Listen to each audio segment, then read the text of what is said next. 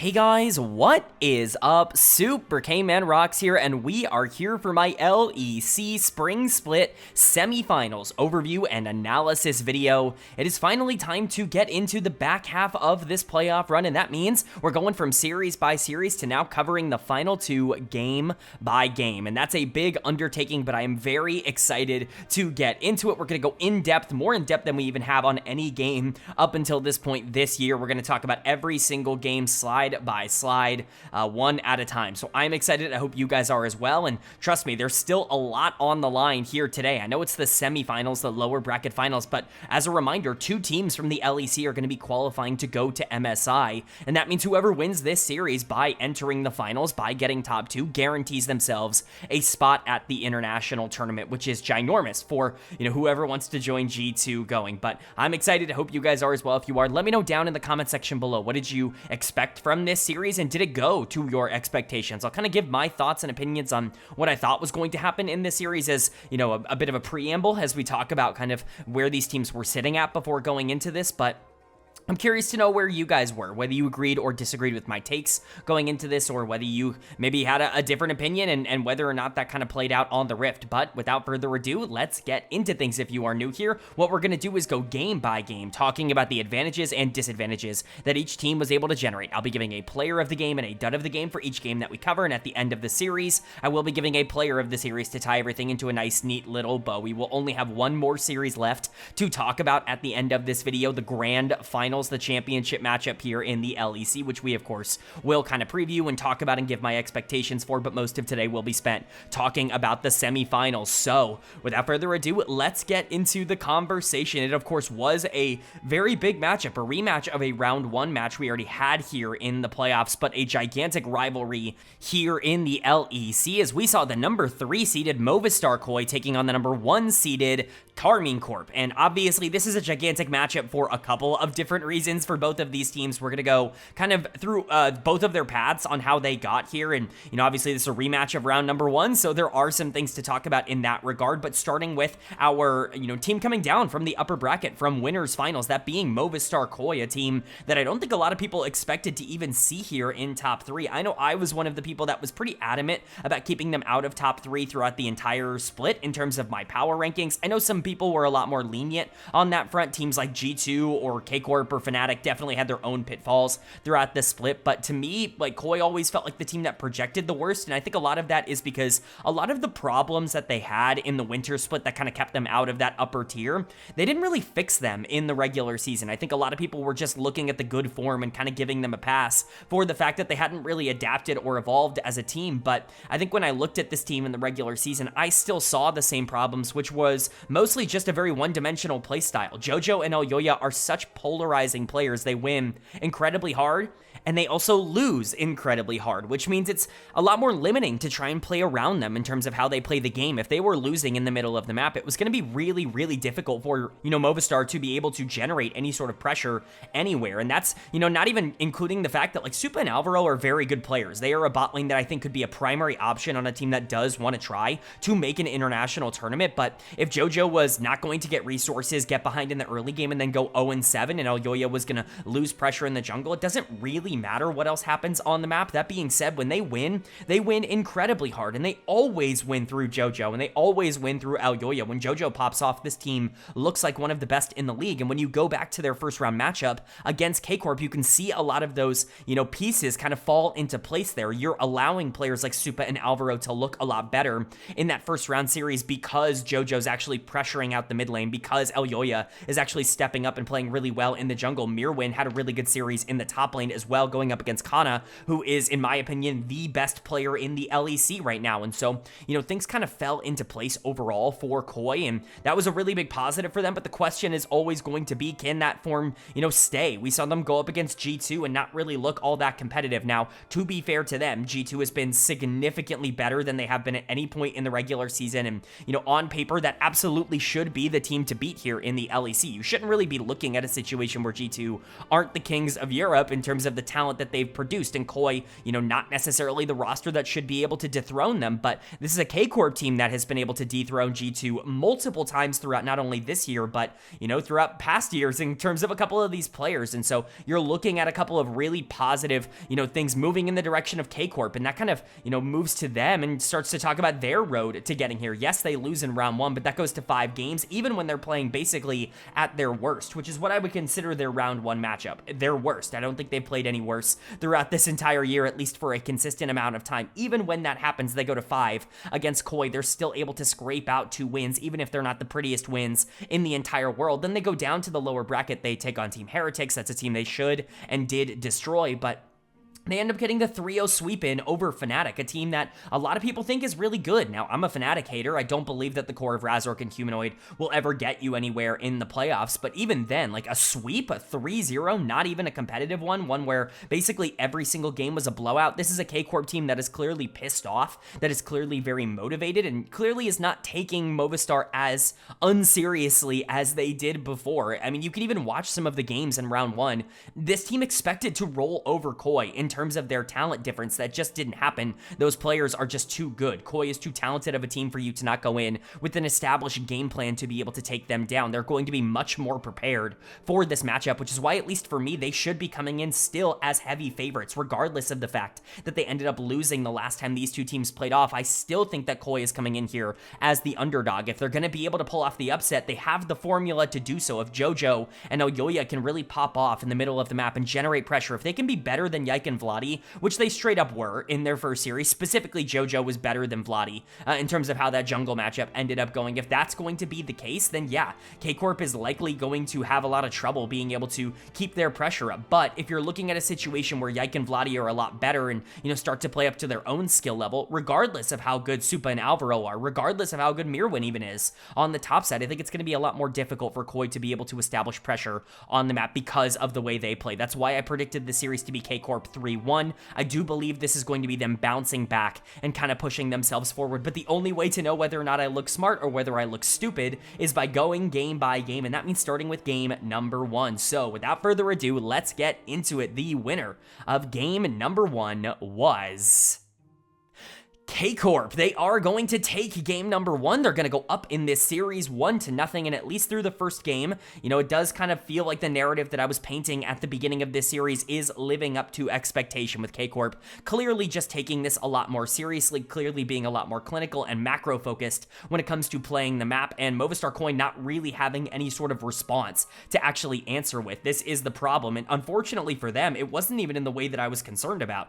You got blasted in terms of the top and bot lane here. Maybe not so much the bot lane, although bot lane was a huge positive for K-Corp, not as much of a negative for Koi, but it wasn't the middle of the map. It wasn't Elyoya that was losing you this game on the Wukong. He was decently relevant. It wasn't Jojo Pume who was losing you this game on the Ahri. It was Mirwin, who was, not nearly as good as Kana on the other side, who was incredible, and then Alvaro not really having the same kind of pressure as Targamas in terms of how this matchup ended up developing, which I think is a really interesting thing to talk about. So let's go ahead and get into it. Again, if you're unfamiliar with the game-by-game format, we might not go super in-depth. Like I want to try to spend like 4 to 5 minutes on each game. Sometimes I spend like 7 or 8. I try to limit myself as much as possible, but we're going to be going over my player of the game, dud of the game, and then everything in between. You can see on the screen, my player of the game is going to go to Targamas in this one. I think that there are 2 incredibly obvious candidates, and it's really just up to who you would prefer. I'm giving it to Targamas because I think he was more consistent than Kana was throughout the entire game, but trust me, man, Kana on the Akali was incredible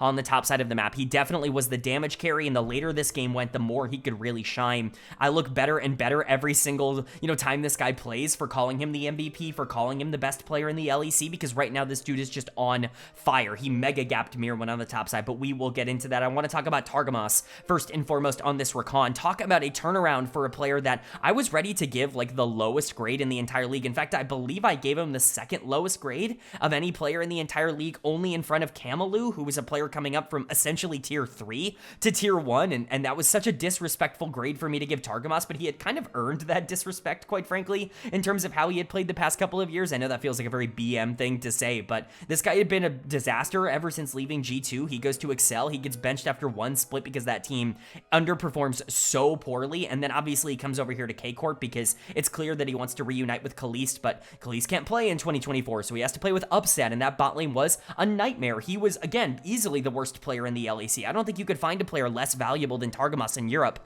throughout last year, but he gets one more opportunity, what I presume is basically his last opportunity at a top level, this time once again with an AD carry that he's very familiar with from his time in the LFL in Kaliste, and everything really clicks. Targamas is playing the best he ever has, and I think that even includes his time on G2 at the current moment, where he, you know, broke the assist record in the LEC that I think a lot of people forget about. Like, Targamas has been successful at this level, but he is really popping off right now, and specifically on playmakers, things are really starting to click, and honestly, the Rakan looks gorgeous. This is one of his best champions, if not his singular best champion. Certainly a couple of other options that have been able to take over this year, but it's really cool to see Kalista pairings that aren't just Renata or alternatively Nautilus, right? Like, the Rakan, I think, makes a lot of sense in terms of maybe how you would want to pilot or play that champion just in general. You can have a lot of really cool combo opportunities, and Targamas did a great job setting up everybody else, specifically Kana, like we said later on in the game. Really cool to see him play something aggressive on the top side. You would typically see that switched in this matchup, with Mirwin kind of being the guy that's more willing to pull out the aggressive counter pick style things on the top side that we know him for, and Kana definitely being more in the LCK top lane mold, where he likes to play those more traditional top laners like Renekton and, you know, even Ornn or Mbessa in this case, right? Like, he's really good at those champions, and so he ends up piloting them at a very high level. But to see him, you know, feel confident and pull out the Akali in game 1 and really kind of get paid off for it, like, you know, have it work out, it's a really positive thing overall for K-Corp. And if you're going to have your MVP stepping up here today, that's big. Kaliste had a really nice game on the Kalista, was definitely more active than Supa. You know, part of that is the setup coming in from Targamas, who gave him a really easy game, all things considered, but Kaliste still was excellent. Yike, I thought, was incredible in this game, and that's with Elyoya being very active on the Wukong, at least looking for plays, which not everybody's going to be doing in a game state like this. Vladi was everywhere on the map, even if he wasn't the main character. Just a lot of positives to talk about in game 1 for K-Corp, where they're able to take it pretty dominantly. And then for Koi on the other side, some negatives to talk about, none more so than Mirwin on the top side, who is going to get dud of the series, or dud of the game. We're not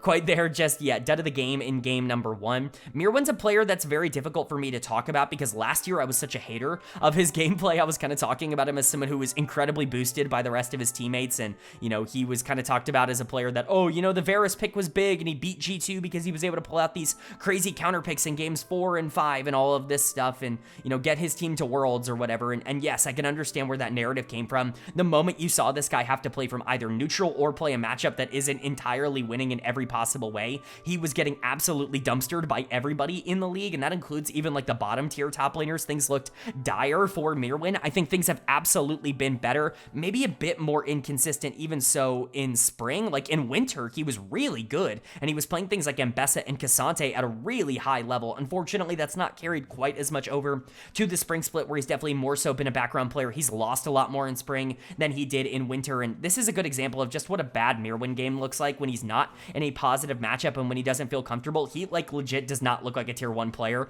when he is in those circumstances. He is super draft dependent as a player, and that it's just very limiting on the top side of the map, and I think it continues to really hold this team back. Gwen is very, very strong right now, and Mirwin made her look like one of the weaker champions in the game. I think it's also worth noting that Alvaro just got completely outplayed on the rel. There was nothing that this guy could do as an engaged tank going into Targamas, who was everywhere on the map, creating absolutely everything that K-Corp wanted to generate. Alvaro looked outclassed in terms of the support battle. Not a great place to start. Jojo Pew wasn't in a great spot. Elyoya was okay. You know, Jojo wasn't the problem. Supa technically wasn't the problem, but the Senna certainly wasn't the solution. All of that stuff is absolutely true, but top lane needs to survive, and Alvaro needs to start stepping up, because both of those players are integral pieces towards Koi and what they want to do. So obviously not a great loss for them in game 1, but if they can bounce back here in game 2, tie up the series at 1 apiece, everything will be forgiven. You go to essentially a best of 3 if you're able to tie it up at 1 apiece. So big matchup for them. If you drop to 0 and 2, or if K-Corp can get that 2-0 lead, things look very dire. Reverse sweeps are not common at all in League of Legends. People forget that, and so going down 2-0 is basically a death sentence between teams this close. Who's going to be able to take that second game? Well, the winner of game number 2 was Movistar Koi, they are going to take game number 2. They're going to tie up the series at 1 apiece, and we've got a back and forth available to us here today. One of my biggest concerns after watching that game number 1 is that the series was going to somehow be a blowout in favor of K-Corp. I'm glad to see that Koi still has some tricks up their sleeve. This is a crazy draft, all things considered, for them. I know people are going to point to the Nico top lane, and trust me, I will get to that. I think Nico top is a crazy thing to pick here. It gets essentially hard countered by the Nidalee. Like, the Nico doesn't accomplish anything in the top lane here, but it's still a very fun thing to be able to see. You know, for people who haven't been around long enough to remember when Nico basically first came out, she was a top laner that was getting played a lot in, or I guess she was a mid laner who was getting played a lot in top lane because there was an on-hit build that was really good. This isn't quite that, but it's pretty darn close in terms of just how Mirwin wanted to end up playing it out.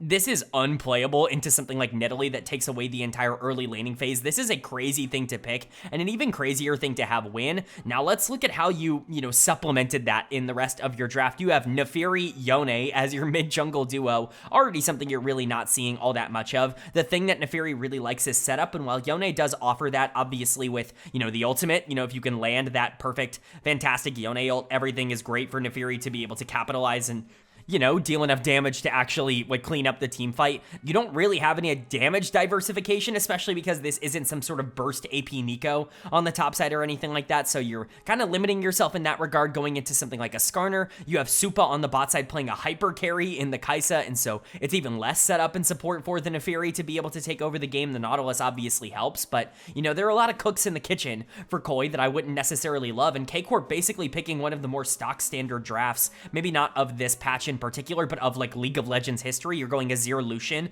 as your carry duo with something like a Skarner or a tank, a facilitator in the jungle. The only weird part here is the Nidalee in the top lane, and even that is really just here to shut down the Nico on the other side. And I would have walked out of this being like, K-Corp's looking pretty good, but at the end of the day, execution still really matters, and K-Corp played this game miserably, and Koi had a lot of things up their sleeve. So we'll go ahead and talk about it. Player of the game in game 2 was honestly super difficult to try to give out because I don't think any one player really kind of broke the game open. I considered giving this to Jojo Pune in the mid lane, but he was 0-0-9. It's just really hard for me to give my player of the game to somebody who, quite frankly, wasn't a damage carry throughout a lot of this. His ultimates were gorgeous. They were absolutely phenomenal in the back half of this game, and he's always been very good at Yone in terms of how he wants to play these team fights. But to me, the setup really was more so on Alvaro at the beginning of this game, and I think the way that he played definitely deserves the shout out. So I'm going to give player of the game to Alvaro. I hope that makes sense in terms of my reasoning. I'm recording this very late at night, so if there's something I say that's very weird, I'll try to clarify it in the replies to your comments tomorrow morning when I end up waking up. But Alvaro, I thought, was just more consistent throughout the entire game. I think that's really the big differentiating factor for me. Jojo had a couple of big moments in that final team fight, but really Alvaro was the one setting up a lot of these plays. And I think specifically when you look at this composition, when you look at the champion that's really going to matter the most as this goes along, it's absolutely going to be the Nautilus. He is 90% of how the rest of this comp can function. Kai'Sa can't play unless Nautilus is basically playing perfect. Naafiri can't really even play in this comp unless the Nautilus is playing perfect. There are so many things that have to go right, and Alvaro really has to step up and be a part of that, and I think he absolutely did that in terms of how this game ended up going, especially after such a poor game number 1. I think the turnaround here in game 2 was nice to see. Supa obviously capitalizing, doing a ton of damage, and collecting a lot of kills on the Kai'Sa. Nice to see him get back into game number 2. Elyoya goes deathless on the Naafiri, mega out jungles Yike in terms of how things go. Elyoya was already good in game number 1 on the Wukong. Nice to see him continue that good trend on the Naafiri, a champion that's been super successful so far, basically everywhere in the world in 2025. If you have to say one negative thing about this team, boy, is it easy in this one, because it's not like Mirwin bounced back from game number 1 in the same way that Alvaro did. Mirwin ends up counterpicking himself, essentially, with the Nico on the top side. He gets the Nidalee going into him on R5, and you essentially are looking at a Nico that is not useful in any way, shape, or form, does no damage. The ults hit, and that's obviously cool. If you can land a big Nico ultimate, that's great, but it's not doing anything. Nico herself is not really doing any damage. She wasn't up in any gold. She was actually getting pretty much repeat killed. She was 4 of the 5 team deaths throughout the entire game. This was a bad one for Mirwin, and it's been a bad series so far for Mirwin going into Kana, who is a very important player for K-Corp, but so far, at least, it hasn't really mattered in terms of how the game ends up going. So long as the rest of the team can still step up, even if Mirwin ends up running it, it looks like it's going to be just fine for them. And then for K-Corp on the other side, just a disastrous performance outside of Kana. Again, credit to Kana, who was so much better than Mirwin on the top side. If he was playing something that could scale even a little bit, like, this would have been fine. Nidalee top lane is just one of those picks where even though you're Kana, and even though you're the best player in the league, and maybe it's even, you know, because you're Kana that I can say this, like, Nidalee is just not a champion that I think is ever good in any situation in terms of the solo lane presence. We've seen this so much throughout a lot of the different regions. Like, this champion does one thing, which is get a big CS lead early on and get a couple of kills. Her scaling is completely miserable. She's entirely useless. And in terms of the way that things were constructed in the back half of this game, the decisions, the shot calling that K-Corp ended up making, sending Azir to go and try and check a backdoor attempt rather than, you know, sending Nidalee and actually just letting the Nidalee team fight instead. Like, it all just felt so wrong in terms of how K-Corp ended up playing the game, and I think part of that is just influenced by the fact that Nidalee is a champion that just limits your options moving forward in a game like this, and putting your best player on a champion that can't do anything in the late game, it's stupid. Like, it's dumb, and I hate it, and I really don't think that there is ever a reason to draft this thing if you are not, like, the Shy or Zeus and just are a player that's entirely dedicated to winning lane, like, if that's, like, your whole thing. But outside of that, everyone else on the team was also garbage in this performance. Vladi was terrible on the Azir. I can't stress enough just how bad he was. His scoreline of 0-2-1 does not indicate how poorly he played this game and the bad decisions that he made, not only in the back half when people talk about, you know, the final, you know, backdoor attempt, but, like, throughout the entire game. Yike ends up with a 0% KP as the jungler on Skarner going into Nefiri. It's completely unacceptable, and Yike is going to get dud of the game for that, because there's really no way you can justify having 0% KP on Skarner in a game like this. Kaliste on the Lucian was entirely useless, got blown up before every fight started. Targamas couldn't really do anything, but, like, when Yike, Vladi, and Kaliste all have such miserable games like this in game 2, it's not going to be winnable, and this is what I was talking about. If Yike and Vladi, if they're getting outplayed, if Elyoya and Jojo, if Supa is better than Kaliste, if all of these things end up happening, like, that's not going to be a fluke from round number 1. Koi has more than enough talent to be able to capitalize if you don't play up to your own standard, and now the series is tied up at 1 apiece. Whoever wins this game number 3 is going to be in a pretty dominant spot. I talk about this all the time on the channel, the difference between having to win both of the final 2 games versus only having to win one of the final 2 games, it's ginormous in terms of consistency down the stretch in a series like this. So this is a massive game 3 for both of these teams. Is K-Corp going to be able to get their momentum back, or is Koi going to be able to keep their foot on the gas and take their first series lead of the day? Well, the winner of game number 3 was Movistar Koi. They are going to take game number 3. They're going to go up in the first time in this series 2-1, and they look fantastic in this third game. I would argue that this might even be a better performance than what we got in game 2, because game 2 was just really poor from K-Corp in a lot of different ways. I already thought the draft from Koi was very bad. This is a very bad draft from Koi in most instances, but this ends up really working out for them specifically for what they're going into, which is this, like, Rumble Victor team fighting comp with, you know, Nocturne being able to dive onto the backline. Gragas is like your only frontliner and a bit of setup, but like really not a lot of options coming in from them. And then Koi kind of sitting there going, okay, well, we have Mirwin on a counter pick, you know, quote unquote. It is a counter pick, but on his signature champion, essentially, in Varus in the top lane. We've got a Kassadin in the mid lane. And so if you're going to be looking to scale with things like Rumble and Victor, it's not really going to work out against us. And we've got another playmaker for Alvaro, and all of that kind of comes together. Not even mentioning the fact, by the way, that Xin Zhao has been crazy good all year long. All of that kind of bleeds into this idea that Koi is just going to have more pressure in this game. They're going to have more of the control, and that's exactly what ended up happening. I think they did a great job of being able to exert that, but man, K-Corp is starting to look really finicky in a couple of really, really important areas, and I'm going to go ahead and talk about that when we get to them. But player of the game for me in game 3 is once again going to go to Alvaro in the support position. I just don't think this guy gets enough credit for how good he is and for how important he is towards what Koi does, especially in their wins. I know we talk a lot about Elyoya and JoJo, and that's kind of been the narrative that I've particularly pushed throughout a lot of this split, is they either win or lose through Elyoya and JoJo, and I still think that that is accurate. JoJo had a great game here. Elyoya has been fantastic through the first 3 games of this series, but Alvaro, when he gets a chance to shine, really gets to showcase that, like, all right, when I'm allowed to play the game, I might be, like, support 1 in the LEC. It's him, it's Mickey, like, Targamas obviously is in that conversation. You know, I think that there are a couple, Jun, I think, is in that conversation as well, but Alvaro has just as good of a case as almost anybody in that convo, because when you look at his best games, man, he just destroys people. Like, he is able to so consistently create opportunities for the rest of his team. It's something that supports can't really do at a consistent rate in modern League of Legends. It's really hard to be able to get this game in and game out, but you give Alvaro an inch, he's almost always going to take a mile. I've always been really high on this bot lane, but Alvaro in particular, I think, has really solidified himself as one of the better players in the LEC, and this was just another really good example of that. And then how can you not talk about the solo laners? Like, they're definitely the second players to bring up in terms of how this game ended up going down. Mirwin 8-0-2 on the Varus in the top lane. I think at this point, this is his signature champion. I don't think there's any other way to look at it. Like, there is nobody, no champ, even like weird pick that I would consider as integral towards Mirwin's success as the Varus on the top side. And this was a matchup that was much more winnable for him in terms of, you know, that versus the Nico in game number 2. It's nice to see him actually be able to push forward in that same kind of way and be really aggressive. He ends up cleaning up a lot of these kills. His positioning is phenomenal on this champion. I do want to push back on something that I saw online. I can't remember if it was on Reddit or if it was on Twitter, but I did see somebody say, like, every time Mirwin plays an AD carry in the top lane, it just reminds me that, you know, he's a better ADC than Supa or something like that. Like, there was some sort of comment in that regard.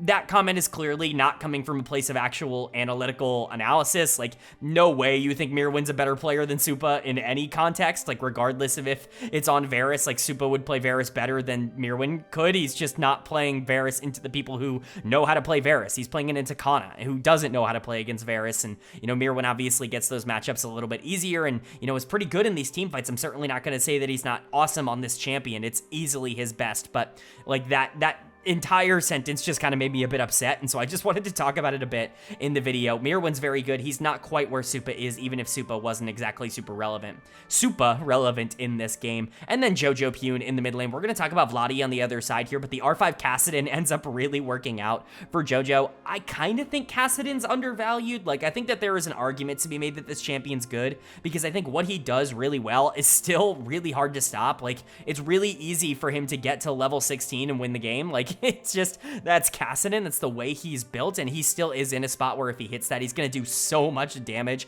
every single time he rift walks. He full combos you, you're going to die instantly, and Jojo did show up in a lot of these fights. Even just after hitting level 11, things got really easy for him and for the rest of the team in terms of the damage he was able to put out. How consistent is this going to be? You know, I think there is an opportunity to take advantage of something like Kassadin, but when you see your opponents go for these late game drafts, these more team fight oriented drafts that don't have as many playmaking tools early, yeah, Kassadin can be pretty good in that regard, especially because it can keep itself safe with the Rift Walk early on in the game. You hit level 6 and, you know, Nocturne's not going to be able to gank you particularly easily, so it's nice to see Jojo kind of pull out the innovation. Again, Supa, Elyoya, they were fine here. They weren't the carries or anything like that. Elyoya had a very good game, but overall, this was a game defined by Alvaro's engages and by the solo laners. And then for K-Corp on the other side, some negatives to talk about, and man, honestly, it's really easy for me at this point to just start pointing fingers into the mid lane because Vladi has not been good enough. Like, I don't really want to continue to kind of harp on this point. He was good in the regular season. I was super pushing back on him being an all-pro, like a first-team all-pro guy. I just don't think anything in the regular season would lead me to believe that that's where he landed. I get that mid lane was generally pretty weak in the LEC. Caps had a down split. Humanoid certainly had a down split. I think you could look at, you know, Jojo Pune was the one I ended up putting above him. He was my first team all-pro mid laner, but Jojo had a couple of really bad games, and so if you're turned off by just inconsistency, Jojo's already kind of out of the equation on that front. That leaves Vladi, who was consistent, but he wasn't a carry at all for this team. You can't really look at any of their games and say, oh, Vladi is the one who got them this win, and I think you can look at quite a few of their losses and see him getting outplayed. I think this started at first stand. You know, I was pretty vocal when I did my first stand videos. I think Vladi was one of the worst players at the entire tournament, and I think that carried through to even the finals, like even the semifinals where they were playing against CFO. Like, he was pretty okay in that series, but I certainly don't think he turned things around in the same way that someone like Yike did at the end of that tournament. Yike was awful, maybe even worse than Vladi at the beginning, and then figured it out and ended up being really good in their finals run at the end. Vladi was just kind of bad throughout the tournament, and I think if Impact hadn't been there and if K-Corp had underperformed in terms of their result, people would be focusing on that more. And once again, you're getting into these best of fives, and he's just not looking particularly good. He's definitely outclassed by Jojo Pune in terms of raw mechanics, and I think that that's becoming clear. The people who were putting him top 2, me included, quite frankly, were just maybe a little bit overzealous. This does not look like a top 2 mid laner. It does look like some natural regression has come in from his breakout at the beginning of the year, but it's not just him. Yike has had a really bad series. Elyoya has been better in arguably all 3 games. I mean, Yike was really good in game number 1. I'm not going to take that away from him. That's not fair for him on the Pantheon, but game 2 was a disaster, 0% KP, and this Nocturne was entirely useless. Part of that is the draft. This is the first game that I can really look at Kana and say that he lost as well. Part of that is the matchup. You know, Rumble is not going to be particularly valuable into something like Varus, but it's, you know, playable, that you should still be relevant in some way, shape, or form, and Kana is a good enough player to be able to overcome that. He's carried this team on his shoulders for a lot of this split, though, so I'm not going to put the blame on him. And the bot lane, certainly not the part that was the most outplayed. Targamas obviously not as good as Alvaro on the other side, but generally this was K-Corp once again just not having the tempo or the pressure. I think Koi was really, really solid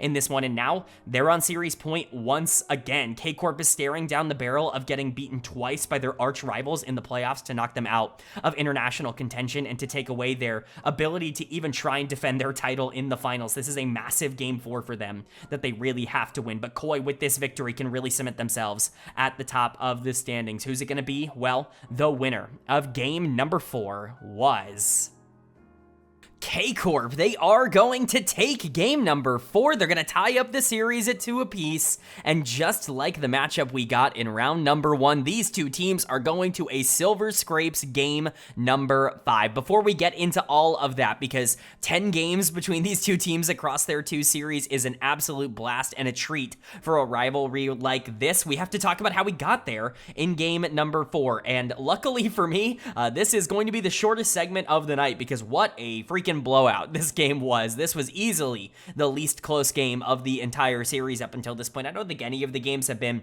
particularly back and forth. Like, I think there has been a clear winner in all 3 of them leading into this, but this was a different level of domination coming in from KC. They needed to have a game like this. This is really the first time that they have been able to dominate Koi, like, across this playoff run. Even their 2 wins in round 1, they were more shaky. You know, Koi had the better wins in that first round matchup, and, you know, game 1 was really nice, but games 2 and 3 kind of fell out of control very quickly for you. Game 2, you end up getting like 5 killed, and 4 of those are on the top laner. It didn't end up feeling very good. You needed to have a performance like this, not just because obviously staying alive is the most important thing. If you had lost this, you are done for the entirety of the spring split, but also to kind of go into that game 5 with as much momentum as I think you can possibly generate. For Koi, you know, obviously you didn't have to win this game, but you probably wanted to win this game. It certainly doesn't feel good to be going in to game number 5 having just gotten blasted in game number 4, but hopefully you can keep your head on about you and say, you know, whatever. Like, you chalk it up to, you know, it happens. We had a weird draft, full AD going into Sion. Never really a great idea. Lilia has so much room to operate in terms of how these 2 drafts end up going down, which I guess I can talk about now, but let's go ahead and get into it. Player of the game is going to go to Yike for me in the jungle. When you look at these 2 drafts and how they interact with each other, the main things that jump out, first off, only AD, double marksman comp coming in from Koi, one of them being a Smolder, which means it's going to take even more time for him to scale into the late game, but the Ezreal Smolder kind of duo marksman with Mbessa on the top side just leaves you very limited in terms of the options that you have available to you. That, on top of the fact that you're going for Ivern and Smolder as your mid-jungle duo, means you don't really have any pressure early on in the middle of the map, something that I think Koi really struggles without, as I've talked at length about even in this video, so it kind of makes a lot of sense to see them struggle in this game. Ivern can do quite a bit in terms of establishing tempo, but the problem is you can't really push forward with Smolder, because Smolder's always going to be behind the 8 ball, even against something like Corki that doesn't necessarily have that same kind of prio. Level 6 is already such a power spike in terms of Corki being able to push the wave and, you know, interact with plays more, and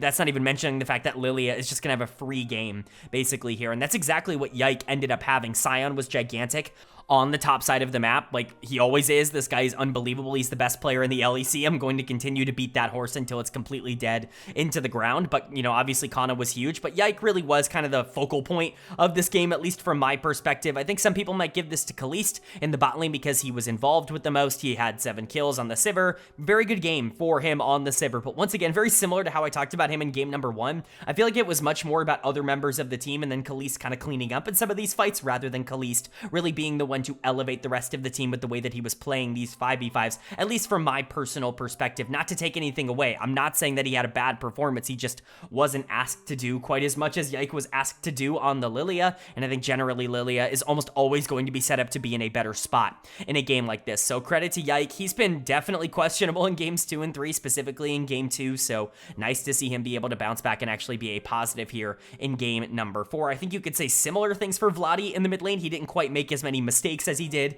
in games 2 and 3. I don't think he was super influential in the direction that this game ended up going in, but he certainly was not a problem, and JoJo was a problem on the other side, which again, we will get into. Kana was great on the top side. Kaliste, Targamas, you know, deathless down on the bot side is always a very good sign. You only had 1 death the entirety of the game, and it was on the Corki. You can't really be upset by this performance in any meaningful way. This was a great showcase from Corp, and they decimated this game with a better draft and better execution. And then for Koi on the other side, we've already kind of gone over their biggest problems. First off, draft is just a nightmare, like especially if you get blasted in the early game, which, yeah, they absolutely got blasted in the early game. They were down 15k gold or whatever.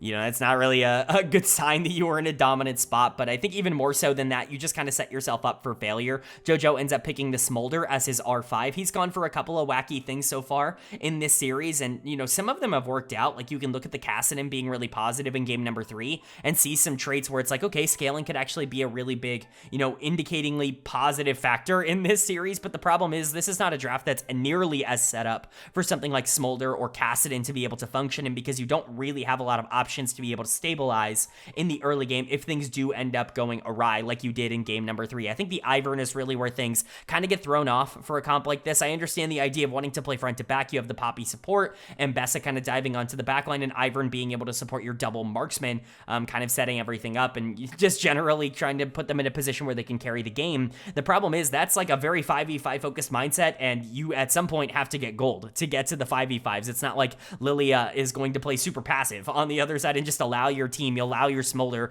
to be 0-0-0 going into the front to backs. Like, it's just very difficult to get into that situation when you draft like this, and I think JoJo is kind of at fault for this. Whether you want to blame him as the player or Smolder as the champion, I think the lack of impact coming from the middle of the map was the biggest problem. He was the only player to pick up a kill, which feels weird to give, you know, the only player to get any kill on the team, the player or the dud of the game, but I don't think JoJo was valuable really in any conceivable way. He was constantly in a bad position, and you know, there's really not a lot to say in that regard. I really don't have a lot of positives to say about JoJo's performance or Elgoya's on the Ivern. Easily his worst game of the series. Easily Alvaro's worst game of the series when he's been popping off. Supa's not really able to do anything. Mirwin probably didn't, you know, get a chance to play in this one. It's very difficult to even really grade out on the Mbessa when you're playing into Sion already, and then the rest of your team also can't do any damage. And so, again, there's just not really a lot of analysis that I can give for game number 4. This was a blowout basically from the end of draft. But what I can say is now that we are done with game number 4, we get to move into it. This is the 10th and final game that these two teams will play against each other in the playoffs, because it's game number 5. It's Silver Scrapes time. There will be a winner and a loser. The winner will be moving on not only to grand finals here in the LEC, but to the mid-season invitational, playing an international tournament. The loser will be done here in the spring split. 2 gigantic rivals playing for one spot. Who's going to be able to take it? Well, the winner of game number 5 was Movistar Koi. They are going to take game number 5. They are going to take this series 3-2, and they will be moving on not only to grand finals here in the LEC for a chance to become LEC champions once more, but they will be moving on to MSI as the second representative from the LEC. And what that means is that Corp, the team that is the defending champions right now in the LEC, the team that just went to the finals of the First Stand tournament, the big international tournament that kicked off our winter year in 2025, they will not get a repeat performance at MSI. They will not be one of the top 2 teams, regardless of what they were in the regular season, and they are eliminated here in 3rd place.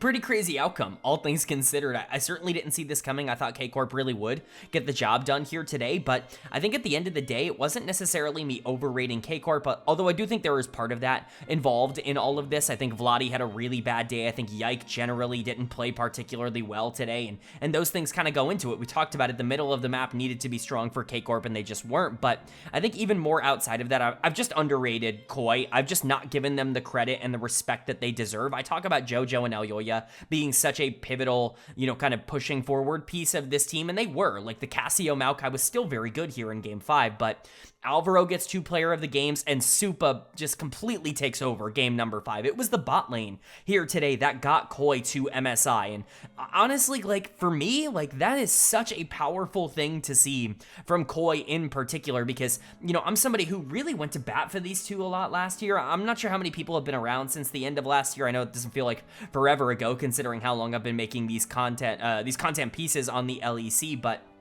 if you weren't around for the end of last year, I was a really big proponent that Supa and Alvaro were a top 2 bot lane in the LEC and arguably a top 1 bot lane for a majority of the end of 2024, and that was a very unpopular opinion. Mad Lions in general was a team that people just did not like, for decently justifiable reasons last year, as they underperformed throughout the entirety of the summer split and made Worlds. Anyways, I get why people were lower on them, but Supa was my Rookie of the Year last year over Jackie's by a very considerable margin. In fact, Supa was 1 and Alvaro was 2. In terms of my Rookie of the Year voting, Jackie's came in number 3 because, as I reminded people, it was a Rookie of the Year award, not a Rookie of the Summer Split award, which people tended to forget. But generally speaking, it's weird that I have to sit here and be like, oh, I was surprised in a positive way by Supa. I guess that's kind of what I'm trying to take out of this, because I've always been a big fan of his game, even going back to his time in, obviously, like, Spain and, like, his time in Tier 2. Like, he has been a very successful player, the LVP, wherever he's gone.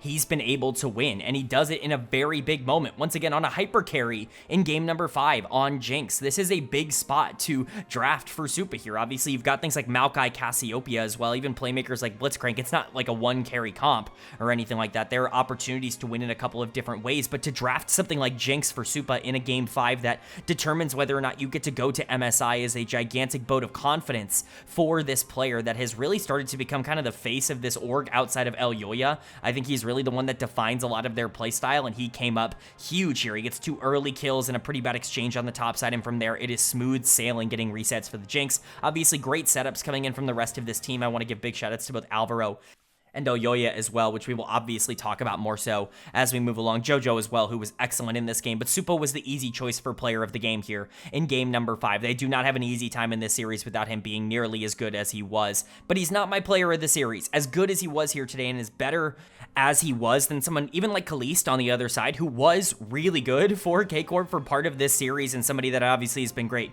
throughout the entire year, you can't sit there and talk about anybody other than Alvaro as player of the series. And that to me is just how things went in the first couple games here. I think talking about Supa and hyping him up would be a disrespect to his support, who I think did so much of that heavy lifting in the first couple of games. Maybe the Blitzcrank was more a part of the puzzle in game number 5, but when you talk about game 2 and game 3, I think that's really where Alvaro ended up shining. Game 3 in particular, to me, is the best individual game anybody played in this series, and that to me is enough for player of the series. Either way, I think it absolutely should be somewhere in the bot lane. Either Supa or Alvaro absolutely needs to get player of the series. Both of them showed up in a gigantic situation here today, and they need to be given their flowers for it, because I think we've talked about too many of the other players on this team and not enough about this bot lane, who were huge. Obviously, JoJo still does deserve a lot of credit, and the narrative in general is great for JoJo. He's obviously the only North American player to ever go over and play in Europe, and now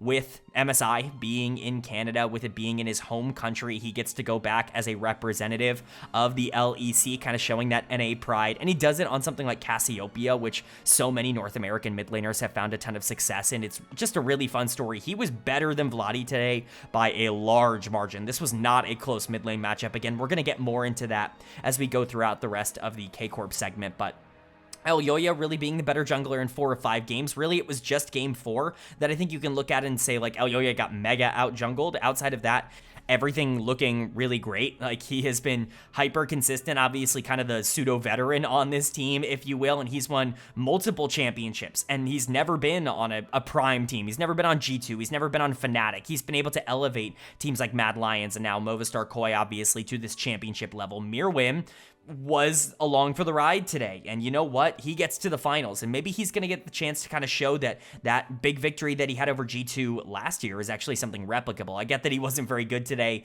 and I think that that is a fair narrative to have, but the rest of the team certainly picked up the slack, specifically Jojo Pune in those team fights and the bot lane, who were absolutely tremendous throughout the entirety of this series. Congratulations to Koi. We'll talk about them more in just a moment, but for K-Corp, this has got to be the most disappointing loss of the entirety of your LEC tenure. I get that last year this team was horrible, and that's the case, right? They were 10th, and then they miraculously got 3rd, and you know, that was a big upset kind of change in the summer split, but at the end of the day, this is the defending champion coming back to, you know, kind of showcase that they can be the team that really runs the top of the standings, and they're not even making finals. They don't even get a chance to defend their first stand, like, championship caliber team. Like, this is a huge underperformance, and I think that there are a couple of very obvious avenues that you can point out from their gameplay. First and foremost, Targamas is going to get dud of the game.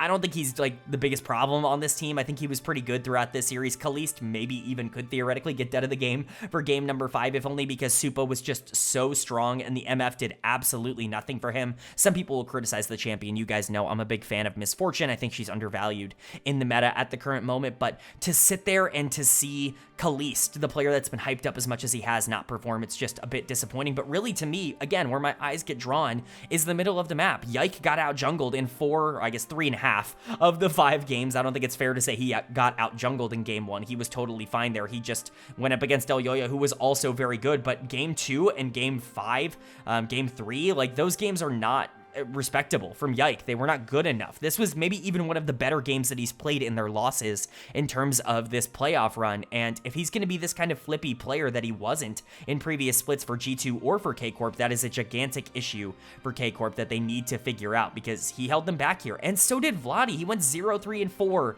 in the closeout game number 5. It's just unacceptable. Once again, I gotta reiterate, this is a player that everybody was yelling at me in the comment section about underrating. Here you go, man. Like, this guy got completely outplayed by Jojo, the guy I put above him in my all-pro rankings. I feel very confident in that pick now.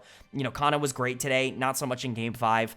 Yeah, I'm not blaming Kana. This guy's still the MVP that I talked about him being. K-Corp just didn't have the firepower, and this is 0-2 against your arch rival in the playoffs. I get that both series went to 5 games, but not being able to overcome them is something that will haunt them, and they will have to rebuild for the summer split, because they are done here. No international tournament for the defending champions, and Koi now have the chance to get their own revenge against G2 Esports. I'm not exactly sure they're going to be going into that one as favorites either, but they weren't favorites in this series, and yet here they are walking out of it with a very big win.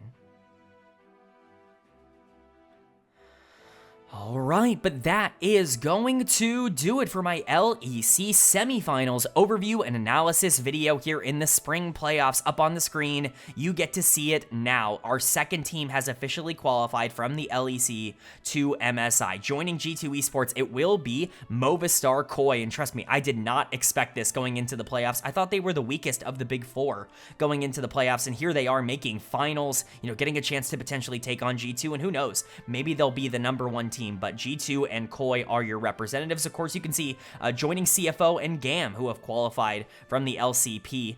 Very excited to see how these regions end up performing at MSI. I don't think we got a full kind of idea at first stand, and so just kind of curious to see how things end up wrapping up, and I definitely, after this series, couldn't want any more from the 2 teams that are going, but that transitions nicely into the updated bracket. Only 2 more teams to talk about. You've got G2 coming from upper bracket, Movistar Koi, as we saw, coming from lower bracket, and they will duke it out in a best of 5 for the LEC Spring Split Championship. Of course, G2 coming off of a pretty strong win over Koi in their winners finals matchup, but Koi is hotter now than they were going into that. They have another win over K-Corp, this time without any of the, you know, outside distractions to kind of be like, K-Corp wasn't trying so hard. They absolutely were, and they still were better, and so if they were ever going to have a shot to be able to pull off that upset in the same exact way that they did last year, which, by the way, people forget, upset. Like, that Koi team or that Mad Lions team ends up, pulling off that big upset against G2 last year and, making some big upsets. Like, who knows? Maybe they're going to be able to do it again. That being said,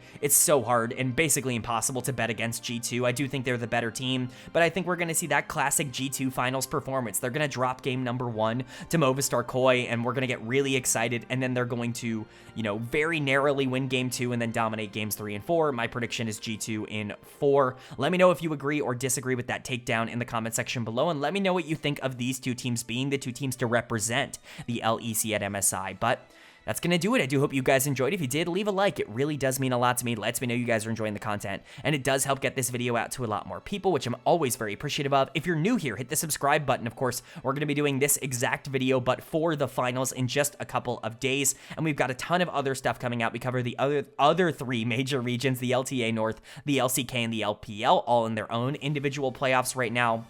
And we also cover the NACL, Tier 2 over in North America. So if you want a comprehensive overview of everything going on in LoL esports, especially with MSI just around the corner, hit subscribe and hit that bell so you can be notified when those videos do go live. But with all that being said, I hope you all are having a great day. I hope you continue to have a great day. And I will see you all